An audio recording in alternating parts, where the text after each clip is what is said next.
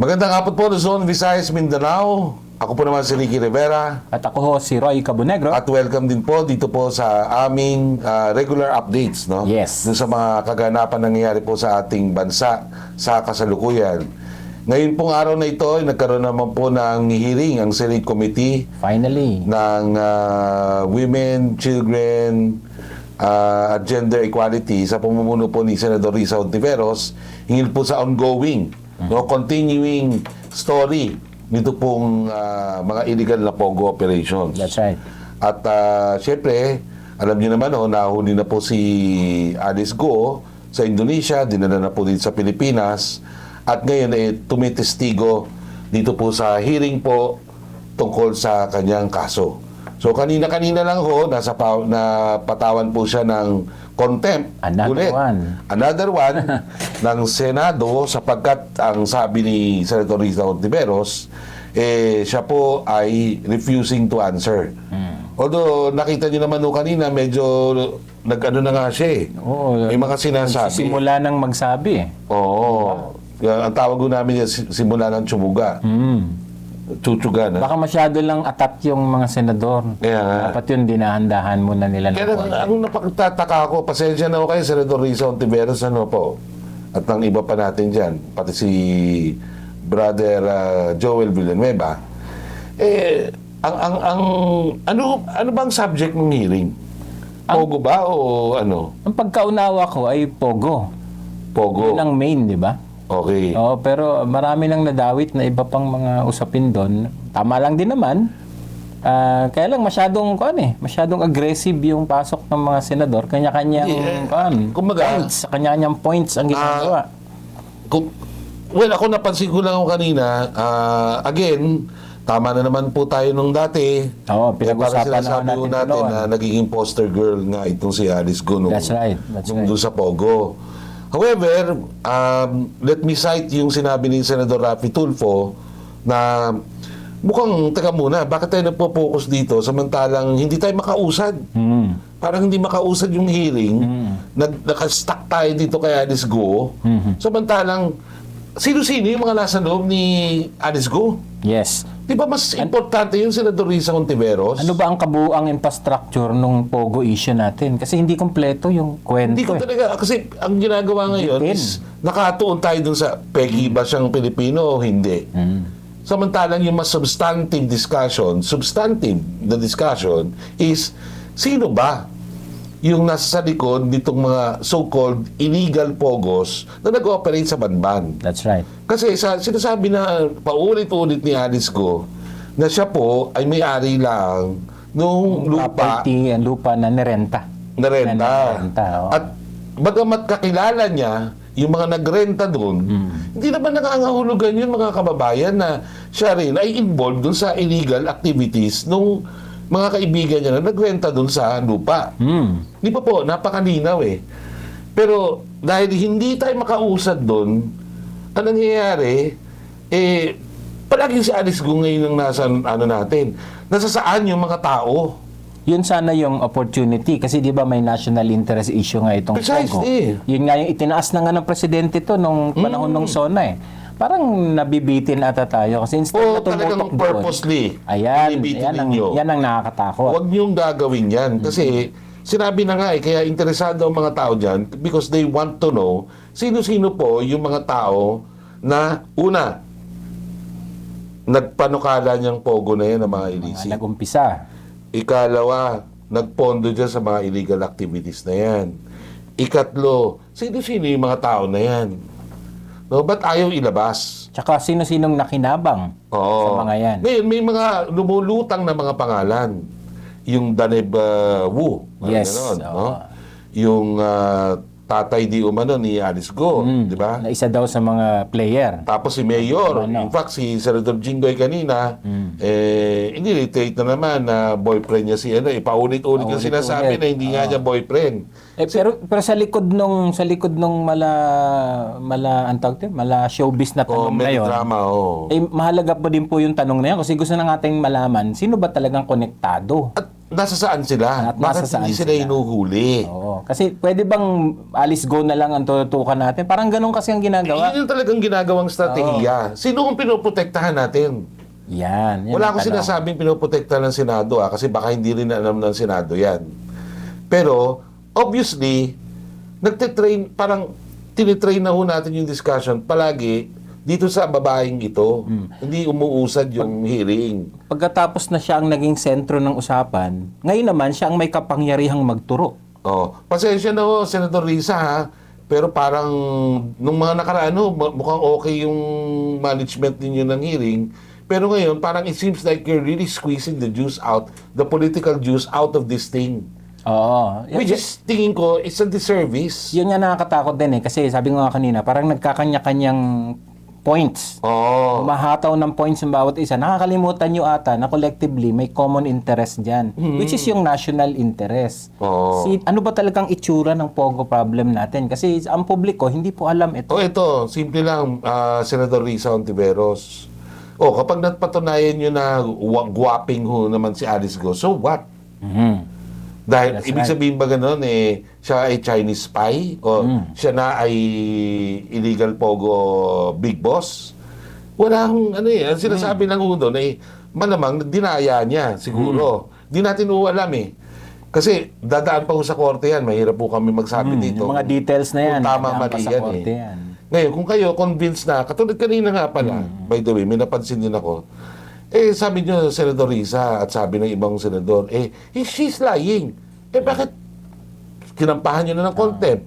Di nagtanong pa rin kayo ng tanong, kala ko ba lying na pala, di dapat hindi na pinakikinggan, at least at that point, di ba? Correct. Di ba? Pero, tinuloy-tuloy niyo yung hearing, obvious na napuputi ka na Hindi ho para sa interes ho namin mga ordinaryong mamamayan. We want to know the truth. Ano ang totoo dyan? No? Sino-sino yung mga inayupak na yan, na mga illegal, no? Na mga bossing nitong mga illicit pogos na ito, na nag-ooperate sa Central Luzon, at sa Cebu, at sa iba pang mga area. That's right. No? Sapagkat napag-alaman ho namin na it seems na itong story nito ay banggaan.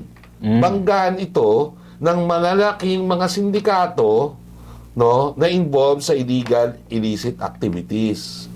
Okay. Pero parang nakita ko na to noon.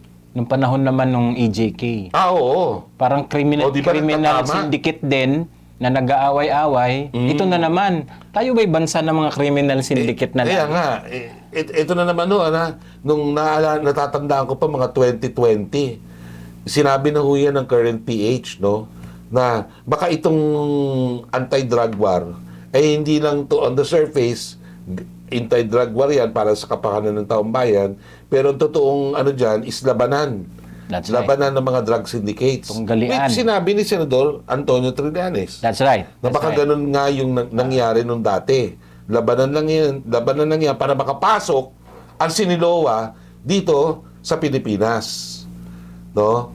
At ngayon naman dahil iniunti-unti naman na sawatain itong bagong pasok na sindikato na ito nung naka-entrenched na drug syndicate na sa Pilipinas, which is the Asian Babu Triad. So may ganon. Ito bang pogo na to ay ganon din ang istorya? At sino-sino yung player? Yan nga yung gusto nating malaman. Oo. Kasi kung wala ho tayong ganyang kaalaman, paano natin ito i-manage ng maayos? Paano natin poprotektahan ang interest ng ating bansa at ang ating mga komunidad against this? Magbibigay ho ako ng parable Kayo na ho ang magsabi kung paano to. Kung businessman ka, kunyari may malaki kang let's just say ikaw ang top rice producer ka. Okay. No? Para mas maging bilyonaryo ka, anong gagawin mo? Para maging bilyonaryo ako, di syempre, sisiguraduhin ko na kontrolado ko yung merkado. Okay, paano mo control yung merkado? Di aalisin ko yung kompetisyon ko. Aalisin mo yung Diba? competition mo. Pinakasimple. So, magko-consolidate ka. Kung consolidate ka, pwede mong ayusin yung produkto mo, sistema mo Anong ng tawag doon? delivery. Anong tawag sa kapitalista niyan Kung ano? Accumulation of capital. Of capital. No, of means of production. Okay. Of means of So, production. kapag nag-accumulate ka ng capital, anong ginagawa mo? Di, siyempre, sinisiguro mo na wala kang kompetisyon. Okay. Ang flow ng income ay mas consolidated sa'yo. Tatanggalin mo yung mga multiple na mga kung collection mo ay dati 3, gagawin mo ng 2 para mas bawasan yung cost. In short, magtatanggal ka. Tama. At yung mga tamang mga sistema mo, i-consolidate Okay. mo. Kung ikaw naman, i-apply na natin sa Pogo. Kung ikaw ngayon ang Pogo operator and you want to be the biggest Pogo operator sa Pilipinas, anong gagawin mo? I will declare na wala ng Pogo. Hindi, kung wala ng Pogo, hindi pa paano ka mag-ooperate? Hindi naman, karamihan naman ng problematic na Pogo, illegal eh. Okay. So, paano mo ma-accomplish yung mission mo, yung objective mo na mag-consolidate ng power o mag-consolidate ng lahat ng pera sa iyo lang? I will make sure na yung kalaban ko ay malalagay sa alangan, na hindi na makakagalaw ng So, paano mo magagawa yun? Dilalagyan ko siya ng mga kwento, storya, balakid na hindi na siya makakagalaw So, sino sa operasyon gagamitin niya. mo? Gagamit ka. Kung sino man yun, gagamitin mo? hindi siyempre yung madaling maka-identify. Hindi, sino gagamitin mo para legal, para masawatan mo yung kalaban mo? Di siyempre mismong nag-i-enforce. Yung mismong nag-i-enforce ng batas. Ibig sabihin, Gobyerno. gobyerno. Gobyerno. Okay. Wala ka namang ibang magagamit dyan na ganyang ka-potent, kundi gobyerno. Okay. Ito bang pagpalagay na na tama ang Senado, etc. na itong Lucky 99, etc. at yung Pogo na kinasangkutan yung nagrenta doon sa building na Doon Alice sa Go, Bamban. illegal. Mm. Oh. Sila ba yung tinutukoy mo na sila yung nagko-consolidate ang kapangyarihan sa kanila lang? Maaring sa lokal na yon, Ricky, oo. Oo. Pero sa akin, ang mas importante pa sa akin, sa mas malawakan, pag binuo mo siya sa buong Pilipinas, o per island man lang, major island man lang, sino yan? Anong itsura niya? Kasi hindi mo yan maaayos kung maliit Sila lang. ba sa tingin mo, yung sinasabi mo kanina, nagagamit ka ng gobyerno, sila ba, ito bang grupo na ito, ang may kakayahan ngayong gumamit ng gobyerno para sila ang maging major Pogo group dito sa Pilipinas? Absolutely. Absolutely not. Absolutely not. Absolutely not. Kasi nga, sila ang ni-raid. Ni-raid, sila ang ni-raid. Sila ang naapektuhan Sila ang ni-raid ng enforcement. Sino na pa-raid ngayon sa kanila? Ayun ang magandang tanong. Yeah. Yun ang magandang tanong. Nakuha mo na. At yun ba ay... Sino yung mga yan? yun ba ang kabila? Okay. Kung ikaw naman, wala akong sinasabi, Paok TF ha, baka sumama loob ni Gilbert Cruz na they're just doing their job. No, as Presidential Anti-Organized Crime Task Force. Yeah, what we're discussing, Ricky, is not the job itself, but what's behind these actions. Lahat Anong ba ng implication ng illegal na mga action Pogo? na ito? Sa pagkakaalam mo at sa pagkakaalam na natin, lahat ba yan ni-raid, hinuli at ano nababalita lang natin ngayon? Well, Pangilan-ngilan, di ba? probably there are more kasi sa dinami-dami ng na-mention nila, Pero konti lang pailan-ilan. yung naibabalita. Hindi mo na napapansin. Oo. Pailan-ilan yung nire-raid. Well, yan ang nangyayari, Ricky. Pag, Kailangan oo. mag-imbestiga tayo, Roy, kung itong mga nire-raid na ito ay may kaugnayan sa isa't isa. At base doon sa sinasabi sa Cebu, ito daw, at sa Visayas, may nire-raid doon just recently, no? May kaugnayan daw to sa Lucky 99. Yan nga ang dilemma dito, Ricky. Kasi kung yun sanang Senate investigation, the minimal sana na inaantay ko doon, ma-determine niya, ma-identify niya sino-sino ba yung mga bloke ng mga puwersa na Yun nasa nga eh. Pogo. Dapat Para informed tayo kung ano ba Kaya yung tama dynamics. si Rafi kanina eh. Oo. Tama si Rafi, Tulpo. Habang nagngangat-ngat tayo dito, lumalaki ngayon yung sindikato. Paano hindi Eh, lalaki? tanong niya, Hindi nga natin nalalaman kung sino-sino sila. Precisely. Di ba? Precisely. Yan ang problema. Wala pa ho. Wala pang kumpletong kwento kasi. Oo. Kumbaga, napoporma pa lang yan. Actually, hindi pa kasi Senado, sa Kongreso. Yung kay Cassandra, Ayun. Cassandra. Isa pa yan. Ano ba sabi ni Cassandra? Ano sabi niya? Ano ba yung sabi niya? Na... Ayokong, O ano? ano nga yan? ayokong makot in In between. between.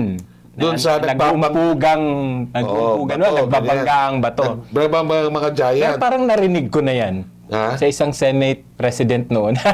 Ayaw daw niyang maging ano. So, nung pinapa-identify sa kanya, sino yung nagbabanggaan na yon, ayaw niya sabihin Ayaw kasi niya nga, sabihin. baka nga naman patayin siya pagkatapos. Exactly. Di ba? So, ang gustong malaman ng taong bayan ngayon, sino yung dalawang nag-uumpugang bato na yan? At definitely, yung isang bato doon, imposibleng hindi malakas sa gobyernong ito. Tama. At yan ata yung term na ginagamit na powers that be. Di ba? Madalas gamitin yan ng ating mga leader ngayon. Kasi, pansinin mo, ang binabanatan lang sa raid, ito din sinabi ko yun na, ay may kaugnay doon sa Lucky 99. O baka naman siguro strategy lang na pamahalaan to. Baka yung sinisimulan yung weaker. Sinisimulan muna yung weaker. Bago tirahin yung bigger. Pero definitely, meron po diyang malaking pogo operator na malamang sa hindi, highly entrenched dito po sa ating gobyerno na minamanipula yung mga yan. At malamang hindi pa talaga na-identify ng mga enforcer. Kasi kung na-identify na nila, binabanatan na nila yung pinakamalaki. Paano nila babanatan? Malakas nga sa kusina. Ayan ang malaking problema. Ang binabanatan nila ngayon, yung hindi malakas sa kusina. Kumbaga, yung the weaker of them, yan yung unang dating malakas, dun sa previous administration, yun ngayon yung binabanatan.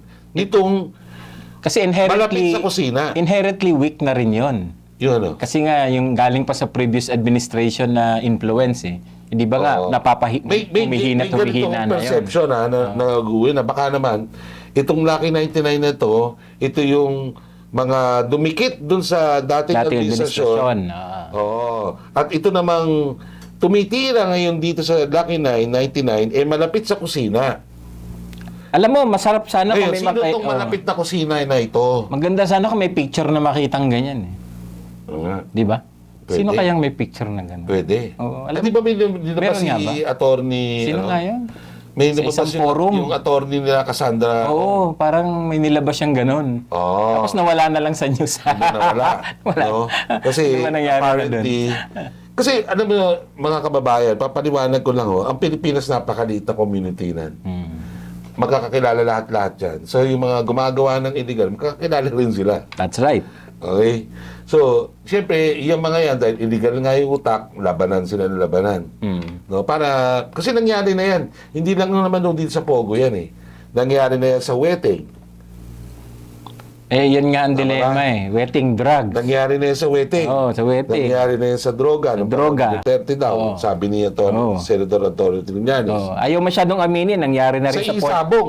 Sa Isabong, sa port area. Yan. Ayaw lang aminin masyado, di ba? Diba? Hindi lang masyado sumabog yun. Kasi nga, may consolidation dito talaga. Ngayon, may mga grupo na gusto nila, kanila lahat yan, para sila na yung dominant. Ngayon, you can only do that if you have the backing of the state. That's right.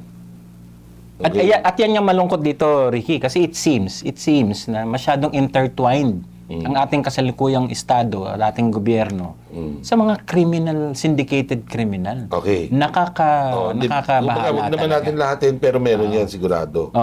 Okay. Ito ang point lang ng current PH, simple lang. Hindi ko kami nagsaside sa kung sinong dyan. Ang gusto namin sa pamahalaan, wasakin nyo lahat yung mga sindikato na yan. No? Kung malapit sa inyo, wag nyo nang lapitan, wasakin lahat yan. Yung Lucky 99 na winawasak ngayon, pati yung kanilang competitor, wasakin na rin. Para matapos na. Yun naman ang national interest. That's the national interest. Hindi yung pangalan ni Gua Hawaping Alice Go. No? Or Shota ni Alice Go, yung mayor ng Sual. Ang nagtanong, sikat, ang nagtanong ay siyang magaling. Kinalaman ngayon sa pinapagulo nyo, kumbaga, akala nyo kasi walang mga Pilipino na mapupuna yan. Mapupuna ngayon yan. Kasi bakit masyadong doon kay Alice Go? Punta na tayo doon sa ibang Napaghahalataan na po kayo para malaman talaga natin. Again Senator Rizal Tiberos, marami tayong kaibigan dyan. Hindi ho namin kini-question si Senator Ontiveros. Sana ang sinasabi lang natin, tantanan na niya yung sino tama ba si Galicia or what, punta na tayo doon sa mas mataas-taas na antas ng discussion. Sino ang totoong boss ng Pogo doon sa Lucky 99 na yan? Ngayon, kung illicit sila at sabi ng PNP, illicit, habulin na yan, no? At ikulong. Ngayon, same goes with their competitor na malapit daw sa kusina. Sino yung malapit sa kusina na yan? Yes. Labanang Sogo. Sino-sino. Oh, may hint. Ibain lahat. Okay, isa na lang. May hint po yung ibang mga kababayan natin kung sino yung malakas sa kusina na yon. Ting ding. Ang hula mo. Ha? Paano ka magiging malakas sa kusina? Eh kung madali kang makalapit, lagi-lagi. Oo nga. Oo, Pero paano diba? ka lalapit? Eh di syempre lumapit ka noon pa man. Sa simula't simula pa lang. Paano ka nalapit? Eh syempre pinakikilala. Oo. Pero paano ka makikipapakilala? Kung ikaw, kung kunyari ako, politiko ako, at lalapit ka sa akin, para maging magkaibigan tayo, anong dapat meron ka? May shared interest tayo dapat. Diba? Oo. Yan, Pero, yun muna. okay. So, ano pa? Eh, dapat may stake ka sa akin. May stake ako sa'yo. O anong Di ba magiging ganun stake yun? mo sa akin? Eh, di negosyo. Negosyo. Eh, di pogo. O anong kukunin ko sa'yo? Eh, di influensya, polisiya, Hindi. proteksyon. Anong kukunin ko sa'yo? Ako yung may Ako yung politiko. Ikaw ang politiko. Ako yung politiko eh. Oh, Ako ikaw yung ang government politiko. official. Ako Oo. yung authority. Anong kukunin mo sa akin? Ako yung pogo owner. Gusto mo lumapit ngayon sa akin. Oo. So, anong magiging ganansya ko sa'yo? Pera. Pera. Pang-eleksyon. Unang-una. Precisely. So, Dumaan na tayo ng unang eleksyon na kung saan ang daming nag-donate na pogo, di ba? Naalala nyo? Naalala nyo ba? Okay. Di ba? Kaya nga ang daming lalabas ang mga picture So, ngayon. ibig sabihin, yung lumapit na yan, kung sino man yan, at sino man yung nag-contribute niyan, kailangan natin pag-aralan ngayon kung ito, yung lumapit na yan, ay, number one, kalaban itong binabanatan ngayon. Or kakampi. Or, baka naman kakampi. Sa mga naghahanap ng impormasyon, protektahan nyo yung isang opisina sa Comelec. Ngayon, Kung saan nandun yung impormasyon. Kung pareho sila, at binabanatan sila ngayon, ibang usapan, ibig sabihin yun. Oo, tama. Hindi, ibang usapan yan. Baka may new player, o baka may pangatlo, gobyerno may pang-apat. Inumpluwensya ng gobyerno natin para wasakin itong mga to. Kasi, Pero kung walang kaugnayan itong lumapit na electoral contributor dito sa powers that be o yung mga nasa kusina at ito competitor direktamente ditong Lucky 99 etc. yung bine-persecute ngayon. Tama yung sa pantahan ng publiko na laban ng pogo yan. Ng dalawang labanang pogo. Pero pag hindi ganon, at itong mismong contributor ay mismong binabanatan din, iba yun. Kasi maaaring may pangatlo o may pang-apat pa na puwersa na gusto rin silang Na i-neutralize. mas malapit sa kusina. Mas malapit. Or gustong lumapit sa kusina. So pag-aralan po natin yan at sana sa mga susunod na hearing, medyo ganong level na ho yung gusto nating malaman bilang mga mamamayan. That's right. Sapagkat ayaw na ho nating maulit yung ganito na mga sitwasyon. At nasa sa panahon po ng paglilinis itong ating lipunan, lahat tigit ang ating pamahalaan at ng ating mga mamamayan. Sana naman ho, kami po ay nananalangin na ito pong pamahalaan natin ay maging seryoso sa paglilinis nitong mga kabulukan na ito at ng mga kriminal na ito para sa bayan, para sa Diyos, at para sa ating mga pamilya. Maraming salamat po.